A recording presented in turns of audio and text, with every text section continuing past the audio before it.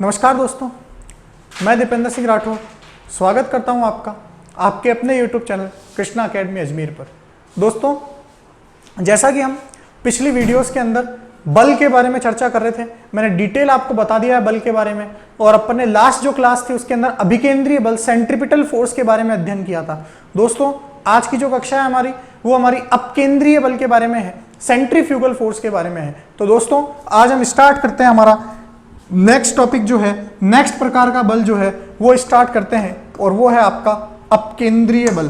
तो हमारा जो रहेगा वो अपकेंद्रीय बल के बारे में चर्चा रहेगी। अपकेंद्रीय बल,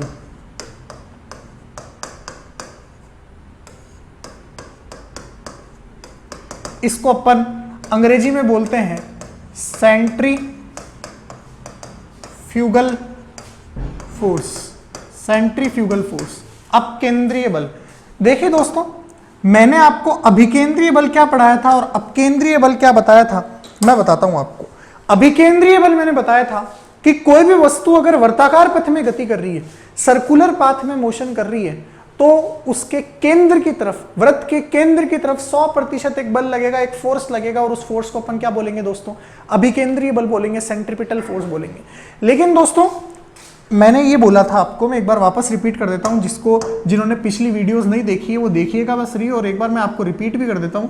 ये मैंने बोला था कि अगर कोई भी बॉडी, अगर मान लो कोई भी वस्तु सर्कुलर पाथ यानी वर्ताकार पथ में गति कर रही है, तो हमेशा सेंटर की तरफ, केंद्र की तरफ एक फोर्स काम करेगा, एक बल काम करेगा, और उसको दोस्तों अपन क्या बोलेंगे? FC बोलेंगे, सेंट्रिपिटल फोर्स बोलेंगे। क्या इतनी बात आपको समझ में आई? देखिए दोस्तों, मेरे हिसाब से आपको ये बात समझ में आनी चाहिए। तो इसको अपन अभिकेंद्रीय बल यानी सेंट्रिपिटल फोर्स बोलते हैं। अब आपने न्यूटन्स का सेकंड लॉ पढ़ा होगा, यानी न्यूटन की गति का द्वितीय नियम पढ़ा होगा, और वो द्वितीय नियम क्या कहता है कि हर एक्शन की क्या होती है दोस्तों? हर एक्शन की एक होती है आपके लिए रिएक्शन होती है। तो अगर आप कोई भी एक्शन करोगे तो उसके ऊपर उसकी क्या होगी दोस्तों? रिएक्शन होगी। तो अगर कोई कण वर्ताकार पथ में गति कर रहा है और केंद्र की तरफ अभिकेंद्रीय बल लग रहा है, तो उसके जस्ट अपोजिट में एक रिएक्शन फोर्स भी लगेगा, एक प्रतिक्रिया बल भी लगेगा, और उसी प्रतिक्रिया बल को अपन क्या बोलते हैं दोस्तों? अपकेंद्रीय बल बोलते हैं। क्या बोलते हैं दोस्तों? अपकेंद्रीय बल बोलते हैं। तो ये हमें ध्यान रखना है कि अपकेंद्रीय बल क्या होता है, अभिकेंद्रीय बल की एक रिएक्शन है, एक प्रतिक्रिया है। तो सबसे पहला पॉइंट है कि भाई यह अभिकेंद्रीय बल की प्रतिक्रिया है, की रिएक्शन है, ये हमें ध्यान रखना। ये अपकेंद्रीय बल की रिएक्शन है, अभिकेंद्रीय बल यानी सेंट्रिपिटल फोर्स की एक क्या है दोस्तों? रिएक्शन। दूसरा इंपॉर्टेंट पॉइंट दोस्तों, यह एक छद्म बल है। कैसा बल है दोस्तों? छद्म बल, यानी सूडो फोर्स है। असली के अंदर यह बल नहीं लगता है, यह हमें लगता हुआ प्रतीत होता है, यानी एक सूडो फोर्स है, एक आभासी बल है, एक अपेरेंट फोर्स है। यह हमें ध्यान रखना है। तो अपन बोलेंगे कि यह एक छद्म बल है, छद्म बल, जिसको बोलेंगे सूडो फोर्स। यह एक छद्म बल है, यह एक सूडो फोर्स है दोस्तों। तो इसका हमें ध्यान रखना है। कैसा बल है दोस्तों? यह एक छद्म बल है, यह एक सूडो फोर्स है। ठीक है, ये हमें ध्यान रखना है। अब आपसे तीसरी चीज पूछी जाएगी, आप बोलोगे सर बताओ डायरेक्शन क्या होगी, इसकी दिशा क्या होगी? तो मुझे एक बात बताओ, अभिकेंद्रीय बल सेंट्रिपिटल फोर्स की डायरेक्शन किधर होती है? वृत्त के केंद्र की तरफ। ये इसकी रिएक्शन है, अपकेंद्रीय बल इसकी प्रतिक्रिया है, तो उसकी दिशा किधर होगी? वृत्त के केंद्र से दूर, या ना, वृत्त के केंद्र से दूर। तो अपन क्या बोलेंगे? दिशा क्या होगी? वृत्त के केंद्र से दूर, वृत्त के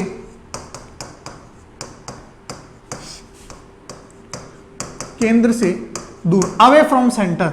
इसको अपन अंग्रेजी भाषा में बोल सकते हैं अवे फ्रॉम सेंटर। तो ये हमें ध्यान रखना है, अवे फ्रॉम सेंटर। अच्छा दोस्तों, अगर मैं फॉर्मूले की बात करूं, मैथमेटिकल फॉर्मूले की, तो मैंने बताया था कि ये सर्कल है। अगर कोई भी बॉडी सर्कुलर पाथ में मोशन कर रही है, तो केंद्र की तरफ, सेंटर की तरफ कौन सा फोर्स काम करेगा? सेंटर की तरफ फोर्स काम करेगा आपका सेंट्रिपिटल फोर्स। और इसकी वैल्यू मैंने क्या बताई थी आपको? FC की वैल्यू बताई थी mv² अपॉन r।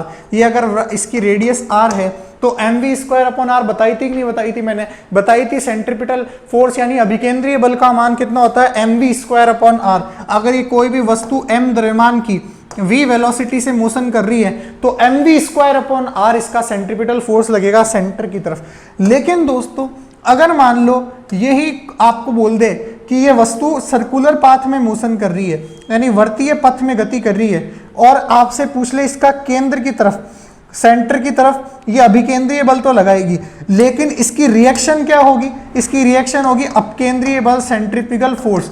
तो m वेलोसिटी से, मास की वस्तु v वेलोसिटी से मोशन कर रही है, तो आपके अपकेंद्रीय बल, जिसको सेंट्रीफ्यूगल फोर्स बोलेंगे अपन, अपकेंद्रीय बल कितना हो जाएगा? सेम टू सेम mv²/r ही रहेगा दोस्तों, लेकिन यहाँ पे चिन्ह किसका आ जाएगा दोस्तों? माइनस का आ जाएगा। तो ये ही हमें ध्यान रखना है कि ये चिन्ह किसका आ जाएगा, साइन किसका आएगा?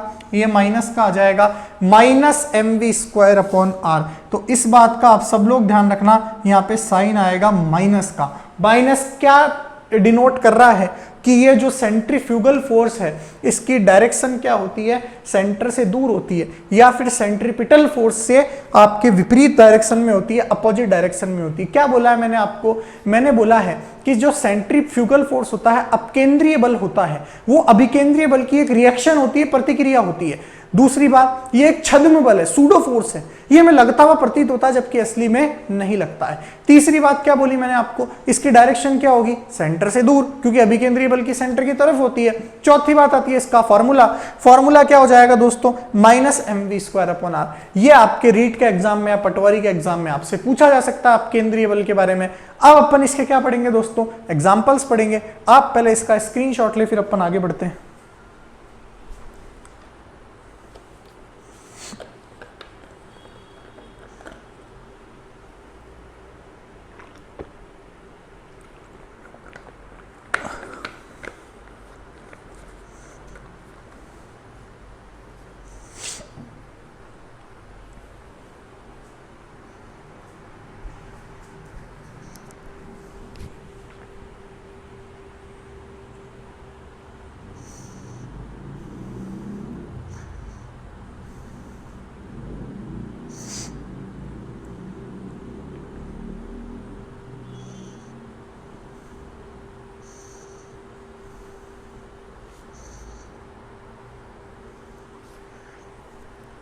चलिए दोस्तों, मेरे हिसाब से आपने स्क्रीनशॉट ले लिया होगा।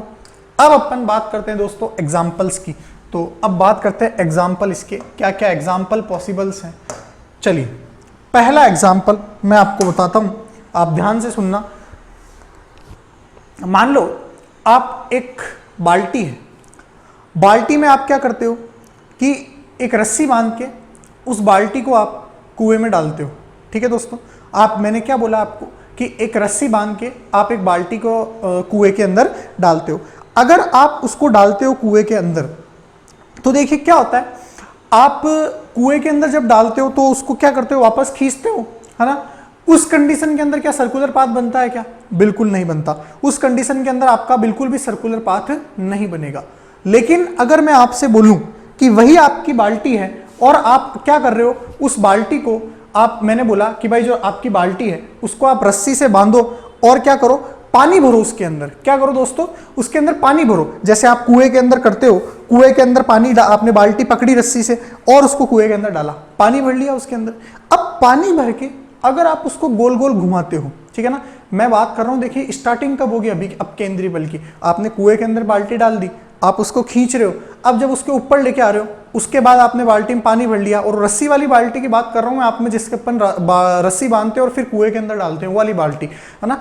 अब आप उस रस्सी को पकड़ के उस बाल्टी को गोल गोल घुमाओ, तो वो पानी किधर की ओर गिरेगा? वो बाहर की ओर गिरेगा।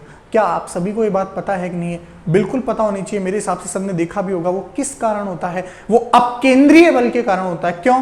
जब आप उसको गोल गोल घुमाओगे, कौन से पथ में वर्क करेगा? वो सर्कुलर पाथ में, वर्तीय पथ में गति करेगा, और उसमें बाहर की तरफ एक कौन सा बल लगता हुआ लगेगा अपन को?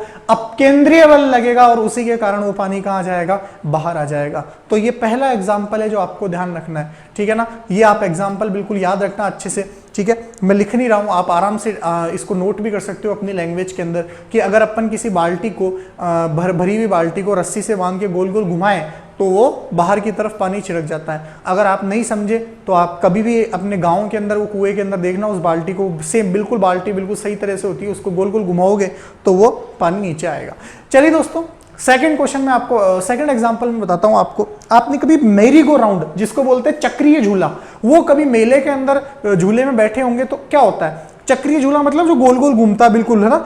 उस झूले के अंदर क्या होता है दोस्तों, जैसे वो झूला शुरुआत में चलता है तो कुछ नहीं होता, वो ऊपर जाता है नीचे आता है, फिर जब स्पीड बढ़ जाती है, जैसे ही वो झूला नीचे आता है तो अपन को ऐसा लगता है कि कोई हमें बाहर की तरफ खींच रहा है। देखिए आपने अनुभव किया होगा ऐसा, और नहीं किया तो आप करना कभी झूले में बैठ के, जैसे आप उस गोल झूले के अंदर बैठते हो, बहुत बड़ा सा झूला होता है और वो नीचे की तरफ आता है तो आपको ऐसा लगता है कि हमें कोई बाहर की तरफ खींच रहा है। एग्जैक्टली वो कौन सा फोर्स होता है आपका, अपकेंद्रीय बल होता है। क्यों, उस झूले के अंदर देखिए ऐसा पथ बनता है, ठीक है ना, अगर वो पूरा गोल है तब तो पूरा गोल वाला बनेगा, वरना ऐसा चक्रीय झूला जो होता है ना उसमें ऐसा पथ बनता है, वो यूं जाता है फिर यूं आता है, फिर यूं आता है, फिर यूं आता है, तो ऐसा वर्तीय पथ बनता है, आधा वर्तीय। तो जैसे ही नीचे आओगे तो आपको क्या लगता है, ऐसे लगता है कि हमें कोई बाहर की तरफ खींच रहा है, और उसी बाहर की तरफ खींचने वाले बल को जो अनुभव होता है आपको, वो कौन सा फोर्स है, आपका अपकेंद्रीय बल है। इसका सबूत ये है, आप हमेशा पकड़ के बैठते हो झूले को, जो पकड़ के नहीं बैठता वो नीचे गिर जाता है। आपने सुनी होगी ऐसी दुर्घटनाएं होती रहती है मेले के अंदर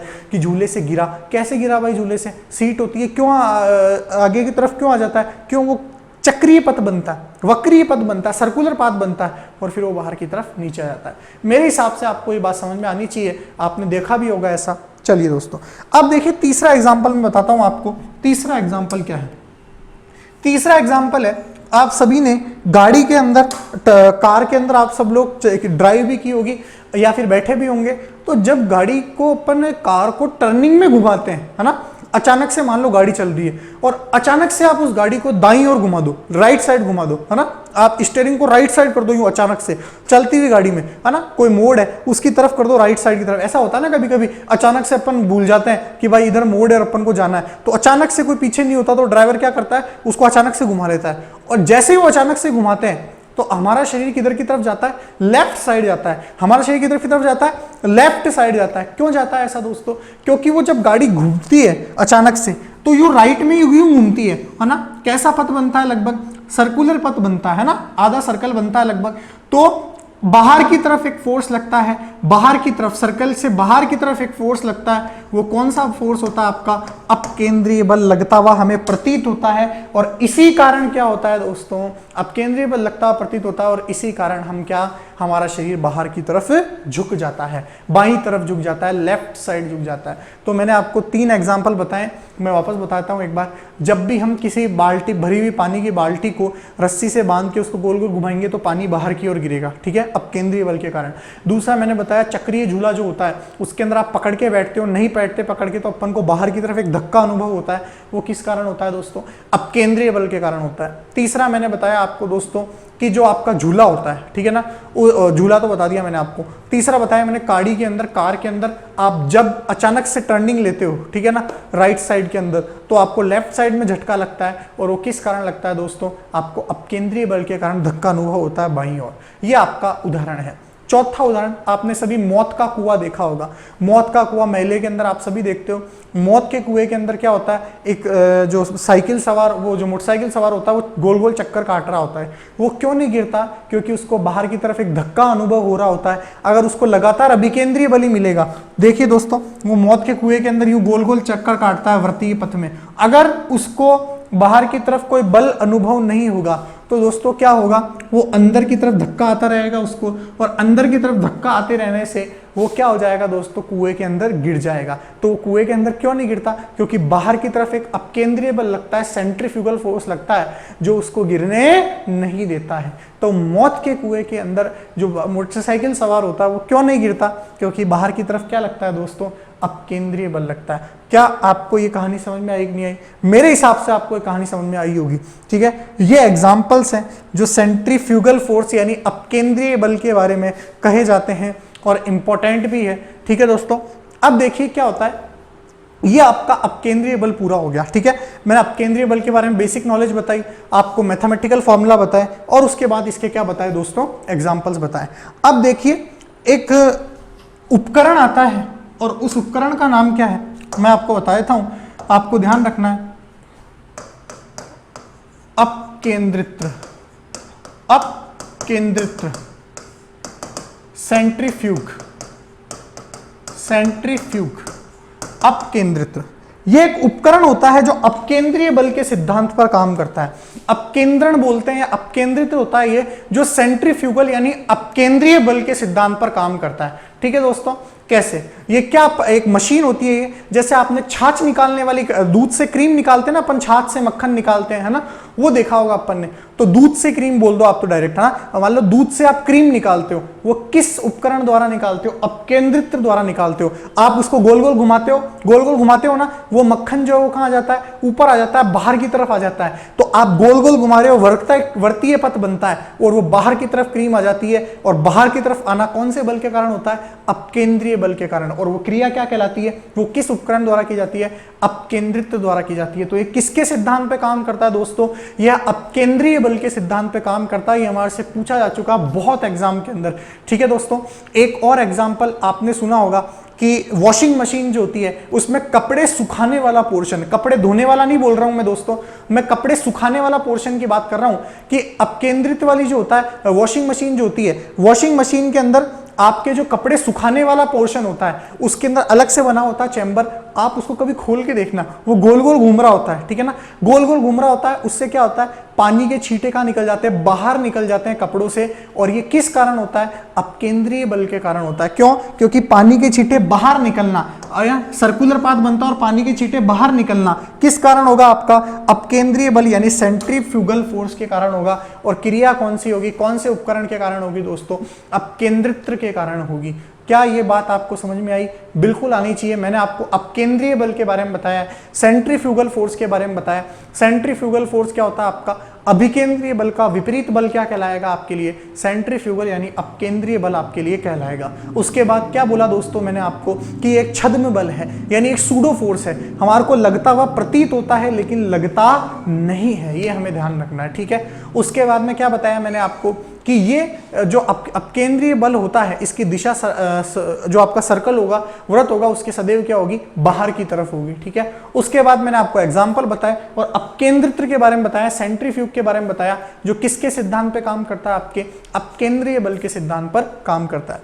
चलिए दोस्तों, अब अपन आगे की तरफ बढ़ते हैं। ये हमारा अपकेंद्रीय बल पूरा हुआ और आज हम एक छोटा सा बल और लेंगे जिसका नाम होगा श्यान बल, विस्कस फोर्स। तो आज हम एक बल और पढ़ लेते हैं जो एक छोटा सा है लेकिन काम आता है, जिसको श्यानता या विस्कोसिटी बोलते हैं, श्यान बल बोलते हैं, श्यान बल, इसको बोलते हैं विस्कस फोर्स। बहुत ही इंपॉर्टेंट फोर्स है ये भी, विस्कस फोर्स, श्यान बल।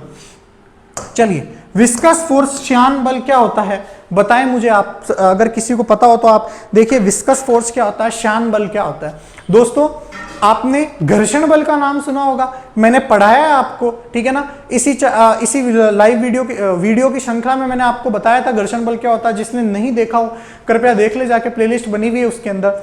घर्षण बल के बारे में मैंने बताया कि ठोसों की सतहों के बीच में जो गति का विरोध करता है वो बल क्या कहलाता है आपका, वो घर्षण बल कहलाता है। दोस्तों, इसी तरीके से आपके द्रव जो होते हैं, द्रवों की सतहों के बीच में गति का विरोध करने वाला बल क्या कहलाएगा, श्यान बल कहलाएगा। यानी अगर ये लिक्विड की दो लेयर्स हैं, इन दोनों लेयर्स के बीच में मोशन का जो विरोध करेगा, यानी मोशन का जो अपोज करेगा, गति का विरोध करेगा, वो बल क्या कहलाएगा आपका, श्यान बल कहलाएगा। तो हम ये बोल सकते हैं कि द्रवों का घर्षण बल क्या होता है, द्रवों का घर्षण बल होता है विस्कोसिटी फोर्स यानी श्यानता बल होता है। तो जैसे घर्षण बल होता है ठोसों में जो गति का विरोध करता है, वैसे द्रवों में गति का विरोध कौन करता है, श्यान बल करता है, विस्कस फोर्स करता है। तो आप इसको ऐसे बोल सकते हो कि क्या बोलोगे, द्रव की दो परतों के मध्य गति का विरोध करने वाला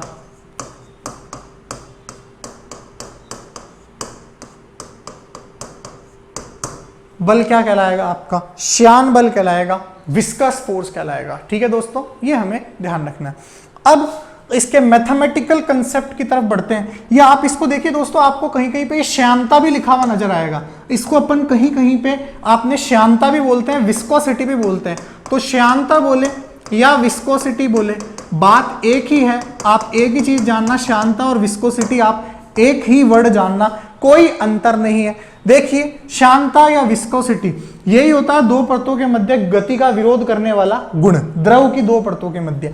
लेकिन इसको अपन ऐसे भी बोलते हैं, द्रव का गाढ़ापन, वो भी श्यानता होता है, उसको भी बोलते हैं श्यानता। द्रव का गाढ़ापन, गाढ़ापन मतलब क्या हो गया दोस्तों, गाढ़ापन मतलब ये हो गया कि भाई कोई द्रव कितना गाढ़ा है ना, वो गुण कौन बताता है आपका, श्यानता बताता है। तो आप या तो ऐसे बोल दो, गति का विरोध करने वाला बल, वो गुण कहलाएगा श्यानता, या फिर द्रव का गाढ़ापन क्या कहलाएगा, द्रव का गाढ़ापन का गुण प्रदर्शित करने वाला गुण क्या कहलाएगा, श्यानता कहलाएगा। यानी फ्लूइड का आप कितना गाढ़ा है वो कौन प्रदर्शित करेगा आपके लिए, श्यानता। ठीक है ना। अब आपसे पूछा जाएगा इसका मात्रक क्या होगा, तो श्यानता का जो मात्रक है, विस्कोसिटी का जो मात्रक है, वो आपके पॉइज होता है। क्या होता है दोस्तों, पॉइज होता है। तो ये हमें ध्यान रखना है, इसका मात्रक क्या होता है दोस्तों, पॉइज होता है। क्या इतनी बात आपको समझ में आई नहीं आई? मैंने क्या बोला, द्रवों की गति के मध्य विरोध करने वाला बल क्या कहलाएगा, श्यानता कहलाएगा, विस्कोसिटी कहलाएगा। या फिर आप इसको बोल दो द्रव का गाढ़ापन, ठीक है ना, वो भी क्या कहलाएगा, श्यानता। मात्रक क्या होता है इसका, पॉइज। चलिए आप इसका स्क्रीनशॉट ले, फिर अपन आगे बढ़ते हैं।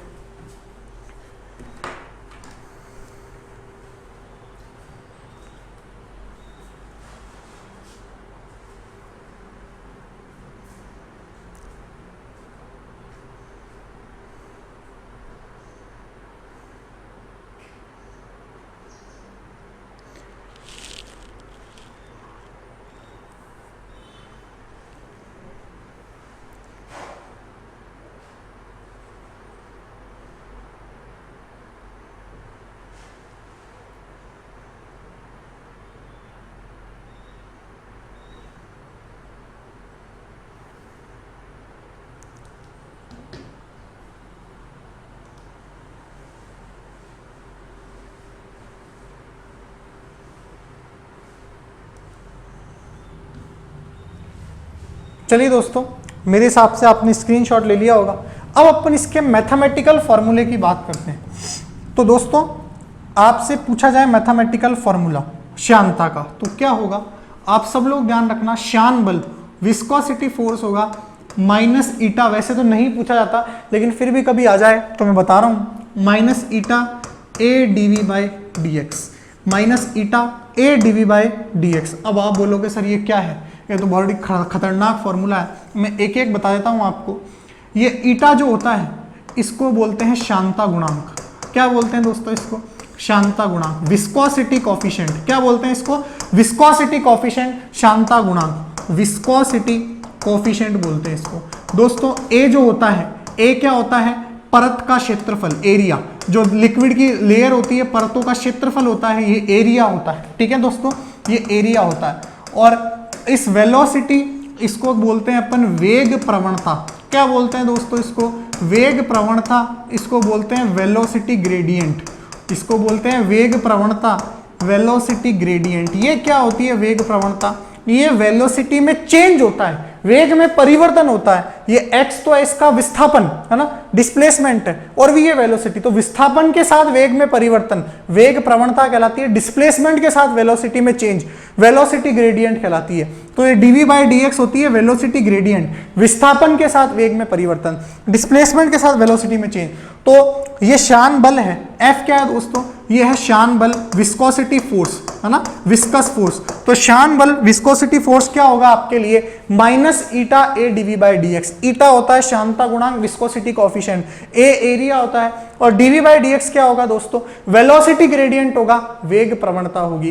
क्या इतनी बात आपको समझ में आई कि नहीं आई? मेरे हिसाब से आपको ये बात समझ में आनी चाहिए। आप इसका स्क्रीनशॉट ले सकते हैं, फिर अपन आगे बढ़ते हैं।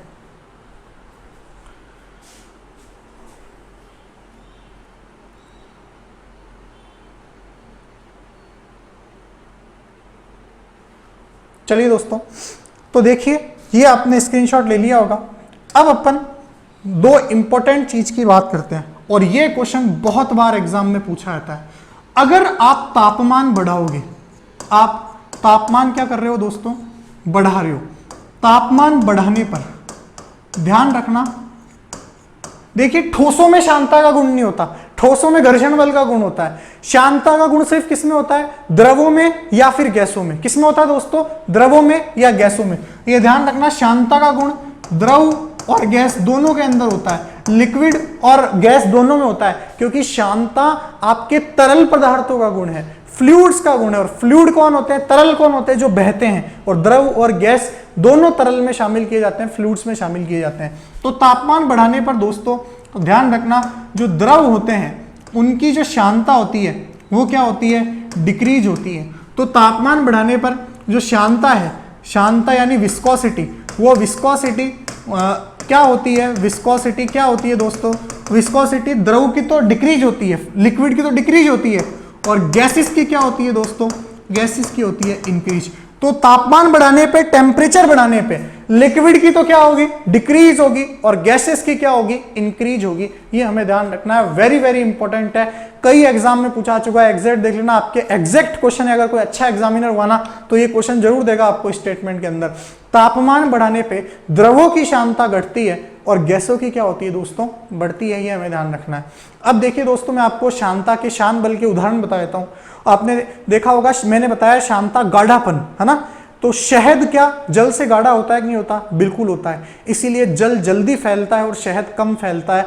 क्यों, धीरे फैलता है, क्यों, क्योंकि शहद गाढ़ा होता है, शहद की शांता ज्यादा होती है। ये हमें ध्यान रखना है, विस्कोसिटी ज्यादा होती है, ठीक है। बादलों के अंदर शांता का गुण होता है, यानी जो अपने क्लाउड्स होते हैं उनमें शांता का गुण होता है, विस्कोसिटी का, तभी वो नीचे धीरे धीरे आते हैं, है ना। जाडेपन का गुण होता है, गाढ़ेपन का गुण होता है, इसलिए वो धीरे धीरे नीचे आते हैं। तो ये आपका एक अनदर कॉन्सेप्ट है शांता का, विस्कोसिटी का एक और कॉन्सेप्ट है। ग्लिसरीन की जो शांता होती है या वो जल से ज्यादा होती है, इसलिए ग्लिसरीन कम फैलती है, जल ज्यादा फैलता है, ठीक है ना। ये भी शांता यानी विस्कोसिटी का एग्जांपल है। तो दोस्तों ये एक छोटा सा बल और था, शांता विस्कोसिटी, जो हमारे एग्जाम में और पूछा जा सकता है। क्या बोला मैंने, शांता क्या होता है, जैसे ठोसों में घर्षण बल होता है, ठोसों में गति का विरोध करता है, वैसे द्रवों और गैसों में, फ्लूइड्स के अंदर यानी तरल पदार्थों के अंदर बहने का गुण कौन रोकता है, आपका बहने के गुण को कौन रोकता है, शांता, विरोध करता है। और शांता को अपन शान बल भी बोलते हैं, विस्कस फोर्स भी बोलते हैं।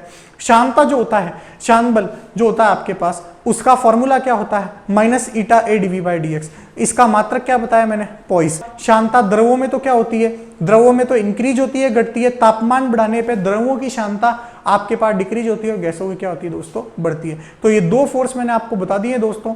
आज के लिए हम इतना ही पढ़ेंगे। नेक्स्ट कक्षा में, अगली कक्षा में हम दोस्तों आपके दो नए और फोर्स, अभी सहसंजक बल, cohesive force, adhesive force, buoyancy force, उत्प्लावन बल, बाकी ये 3-4 फोर्स और बाकी है। मैं आपको डिटेल पढ़ा रहा हूँ, जितने फोर्स आपके सिलेबस में लिखा हुआ भी नहीं है ना वो सारे पढ़ा रहा हूँ, क्योंकि बल लिखा हुआ है ना फोर्स, तो फिर सारे हैं। फिर अपन अभी जो मूलभूत बल है ना, जो फंडामेंटल फोर्स है, उस पर तो आगे आएंगे अपन, विद्युत बल, गुरुत्वाकर्षण बल, ये इन पे बाद में आएंगे। अभी अपन मैकेनिक्स के फोर्स पढ़ रहे हैं, यांत्रिकी के फोर्स पढ़ रहे हैं। चलिए दोस्तों, आज के लिए इतना ही, मिलते हैं। अगर आपको ये वीडियो पसंद आई हो तो इसे लाइक कीजिएगा, शेयर कीजिएगा और कमेंट कीजिएगा। हमारे चैनल को सब्सक्राइब जरूर कीजिएगा।